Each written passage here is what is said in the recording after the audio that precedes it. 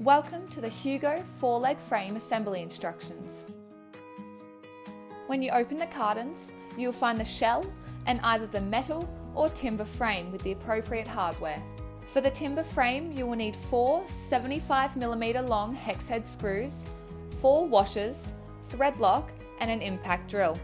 For the metal frame, you will need 4 65mm long hex head screws, 4 washers, 4 spacers, thread lock and an impact drill. For the timber, firstly apply thread lock to the screws, then grab the frame and use the sticker to identify the front and back. Next, insert the screws through the frame and into the shell by lining up the holes. Lastly, use the drill to gradually tighten each of the screws in place.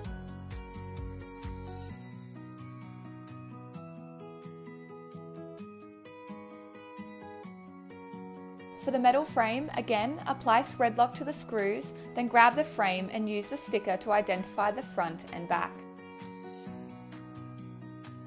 One at a time, place a spacer in between the shell and the frame, then insert the screw through the holes. Use the drill to tighten and complete the same steps for the last 3 holes.